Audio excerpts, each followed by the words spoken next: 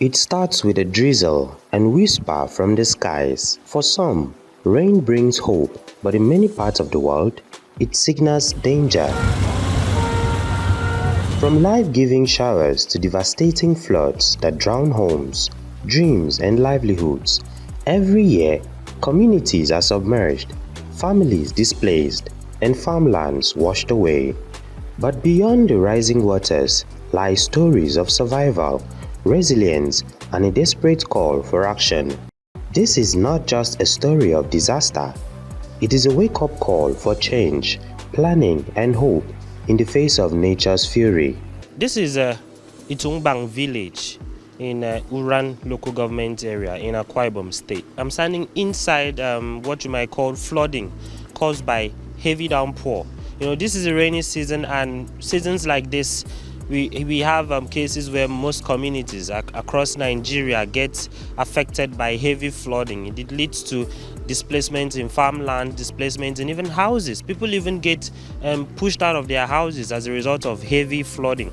And seasons like this, states like Lagos, Bayelsa, Benue, most of these states that are around, that are covered within the water areas, right? They get affected by situations like this. And as much as it affects residents, it also affects the soil itself, right, leading to damages in crops, including houses. If you look a bit to my left, you see there is a house here who might directly or indirectly be affected by this flooding. And not only here, if you go across various areas in the south, various areas in the southwest, even as much as going to the north, you would find places like this. You'd find issues, situations like this, which causes even health concerns to people, because when they begin to breathe from the insects that pest on this water, it begins to affect their health. Rainfall is caused by the condensation of water vapor in the atmosphere.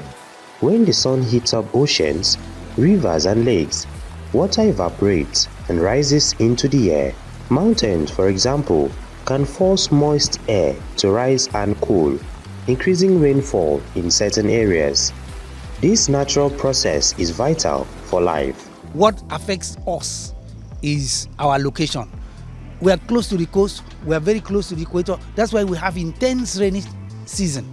The rainfall we have here can't be compared to any other. In fact, I can authoritatively say and give it free that we in this environment receive the highest amount of rainfall across the country when we want to compare.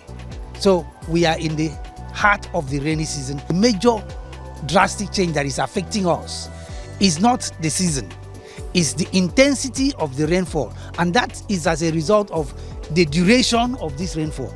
Now, past showed that we used to have rainfall across the 12 calendar months, but now rainfall is shrinking into a specified period of 3-4 months, and the amount of rainfall coming is intense, leaving us with flooded areas and the rest of the things. Those are as a result of climate change. There are different types of flood. We have the flash flood that occurs in the town. We have the estuarine floods that we are likely to experience as the rain continues, which occurs in the coastal environments and the waters.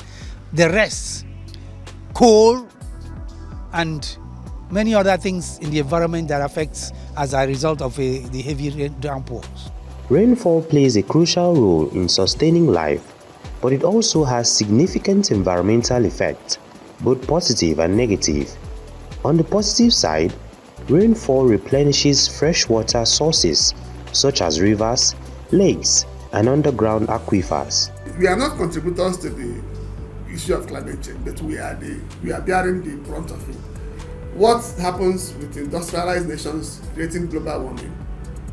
You come to Africa, it's causing sea level rise, and we are ill-equipped, infrastructurally and otherwise, to cope with these excesses. Babbage will rise, the whole of VI will come as if it's going under, and other. That one is purely a consequence of climate change. Some people say that barrages are constructed in the lagoons and the waterways that is causing problems. We also know that some parts of Lagos have been sand-filled, they claim from wetlands, shrinking the areas water should be, and there's an overflow, flooding. So it's a cocktail of factors. In areas with poor drainage or deforestation, rainwater cannot be absorbed efficiently, leading to surface runoff and increasing the risk of landslides. In coastal regions, heavy rainfall can contribute to sea level rise when combined with storm surges. Now, what do? Check the drainage system of the places affected and the degrees to which they have been affected, and now scientifically address those ones. There must be drainage system. It's all over the world. There are cities that even on the whole of the other city is open for water to pass and people live. So you have to plan that. If you don't have that, you face the consequences. And now people are affected. Emergencies happen everywhere. In fact, Nigeria, from what I see in the news, is even one of the countries least affected by emergencies. Excessive or poorly managed rainfall can lead to serious environmental challenges, including flooding, which erodes soil, damages vegetation, and disrupts habitat for wildlife. It will tend to percolate, that is sink into the soil, and that water is very useful to plants because within the rooting depth where plants have roots, it depends on this water to grow. That is what happens. So if the water is not there, plants won't grow well. And so we'll most likely not have the type of crops which we expect to have at that time. And if a person or if a place has no water, it therefore means that the soil will become poor, because soil water is important for the growth of plants. Soil, you understand what I mean by soil water? That is the water that is held within the soil. It's important for the growth of plants. That is why if there is no water, you have to artificially make irrigation so that crops will grow. And in addition, animals too will benefit from the water that collects either as ponds or streams, animals, with waters and animals and so on. While rainfall is essential for environmental balance, its effects depend largely on large management practices, urban planning, and natural vegetation cover. Positively, it is required by plants to grow, by humans. You know, rain is a source of streams, rivers. Water in the soil which you get from your boreholes all come from when rainwater percolates into the soil. That is a positive aspect. Negative is that if too much water comes down within a short period of time, it will cause flooding. It will cause flooding. And if the rain is not sufficient, it will cause drought.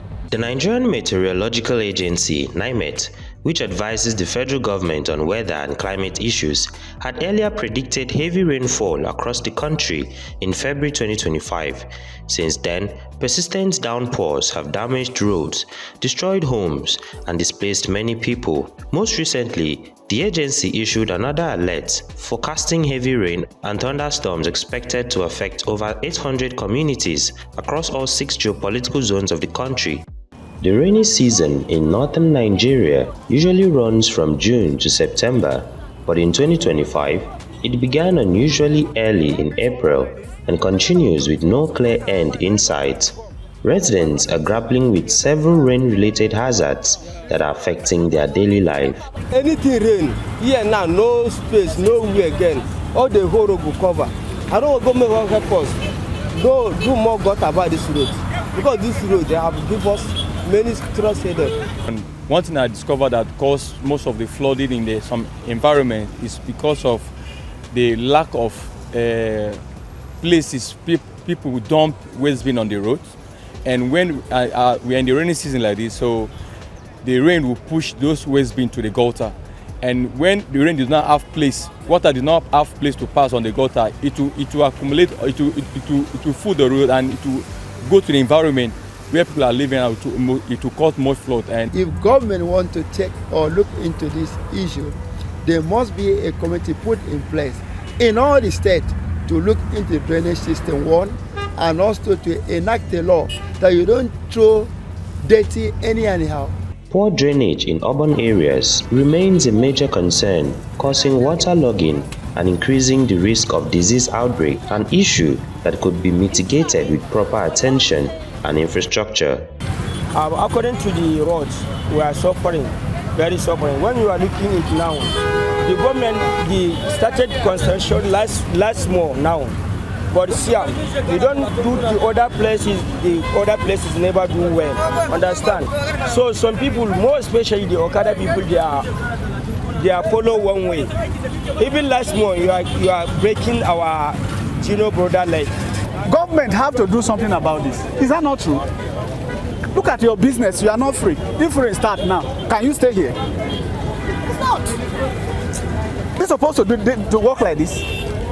That is what we want to do, like government here, so that we can be able to do. They can be able to do something. How many people will agree to do this? Tell me. For business owners, heavy rainfall disrupts transportation, delays deliveries, and reduces customer turnout, especially in flood-prone areas. It also heightens the risk of property damage and inventory loss for those without adequate drainage or storage facilities. There is water here, and if water there here, people will not allow to agree to come and buy my market because of the water no flow. This erosion is very bad, sir. This erosion make people, every time rain fall, here go block, no chance, people cannot pass, everywhere go just scatter. It's very, very bad. We want government to help us abeg, to help us arrange all this place. Many of our people, we are suffering. It's not be small suffer, we dey suffer well. May they help us arrange it so that everywhere go good, so that everybody go dey free, dey waka. Anytime, even if na small rain fall for here go just block. The whole day has gone. Now, 6 months, now they shed market because of the rain. I want government help us add more gutter. Anytime we rain for nothing like business, they close market go house. Like today, see now the shed market because of the weather. Flooding has numerous negative effects on communities, often causing widespread destruction and hardship. One of the most immediate impacts is the displacement of residents. In rural areas, flooding damages farmlands, leading to food shortages and loss of income for farmers. This is a problem to us, and since they have, whether 2003 or 2002, they scattered this road for us. We cannot do anything, even by trading. The mosquito bites us here and there, so we are sick. And the erosion enter our room, our house, our no way to walk across to the other side.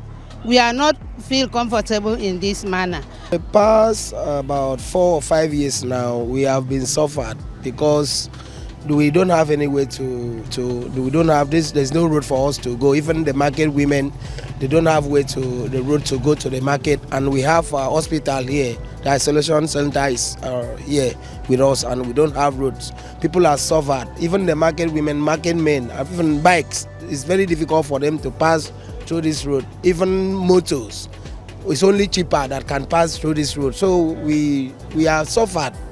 As you can see, the road is we are suffered. Mong adidi stop compound me. Anong mawu yemfna kereket. So amindo abondo tomai faram. Health risk also increased significantly during and after floods. Contaminated water sources can lead to outbreak of diseases such as cholera, typhoid, and malaria. Access to clean water, medical care, and sanitation also becomes limited.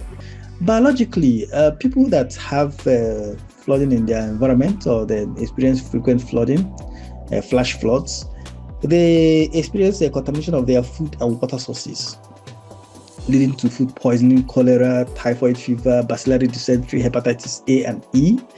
And because of the stagnant water that usually results from flooding, in malaria-prone areas, there will be increased incidence and prevalence of incidence of malaria, leading to all the devastating health implications caused by malaria and all these diseases. Because of the seriousness of this flooding issue, government should be proactive. There should be proper risk assessment, especially in areas that are prone to flooding. There should be a clear-cut disaster management plans to mitigate the effects of flooding. Proper drainage needs to be done, and the government needs to focus very much on the environmental sanitation of the people to try to curtail the devastating effect of this flooding. Community leaders across flood-prone areas also report the destruction of homes, farmlands, and vital infrastructure, leaving residents displaced and impoverished.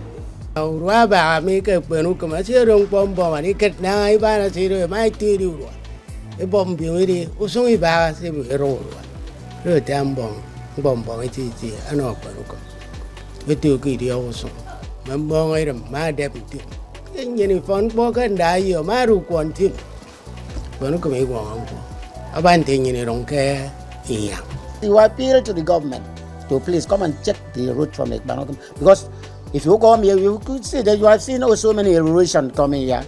Even from Uyo to Ekbanokam, we don't have any route. Now they're using the Ekbanokam as a contact point, moving down to the village. If you're moving down to that village, you have seen there's no route.